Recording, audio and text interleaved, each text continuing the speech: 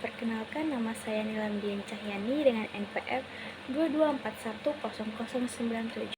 Video ini saya akan menjelaskan kasus berdasarkan buku Etika dan Filsafat Komunikasi yang ditulis Muhammad Mufid. Di sini saya mengambil bab 8, yaitu privasi dalam etika dan filsafat komunikasi. Saya mengambil kasus kebocoran data BPJS Kesehatan. Kebocoran data BPJS Kesehatan yang terjadi pada Mei 2021 mengungkapkan bahwa kerawanan dalam pengelolaan data pribadi di Indonesia.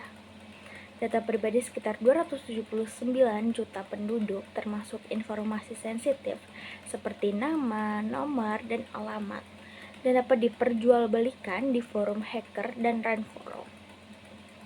Insiden ini tidak hanya merugikan individu, tetapi juga merusak reputasi BPJS Kesehatan sebagai lembaga penyelenggara jaminan kesehatan nasional.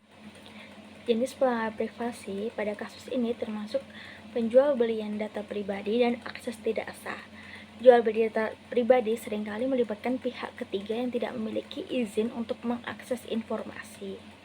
Sedangkan akses tidak sah biasanya dilakukan melalui peretasan sistem yang berakhiran pada kebocoran data.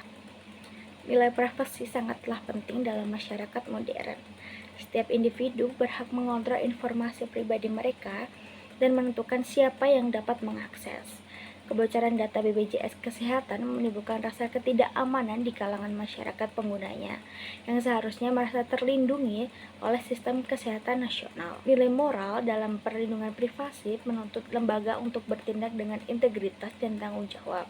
Etika komunikasi mengharuskan penyampaian informasi dengan transparansi dan menghormati hak individu atas privasi mereka. BPJS Kesehatan perlu memperbaiki sistem keamanan data mereka secara menyeluruh. Masalah privasi dalam media juga menjadi isu penting di era digital. Media sosial dan platform online seringkali menjadi sarana penyebaran informasi pribadi tanpa izin. Kasus kebocoran data BPJS Kesehatan menjadi pengingat akan resiko yang dihadapi individu ketika data mereka tidak terlindungi dengan baik.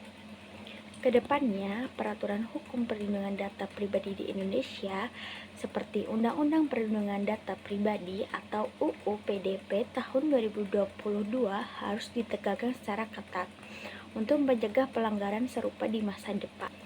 Jadi, kasus kebocoran data BPJS Kesehatan menjadi pelajaran berharga bagi lembaga lain di Indonesia mengenai pentingnya keamanan data. Dengan semakin meningkatnya penggunaan teknologi informasi, risiko kebocoran data juga semakin tinggi. Oleh karena itu, investasi dalam teknologi mengenai keamanan dan kepatuhan terhadap regulasi perlindungan data harus menjadi prioritas utama.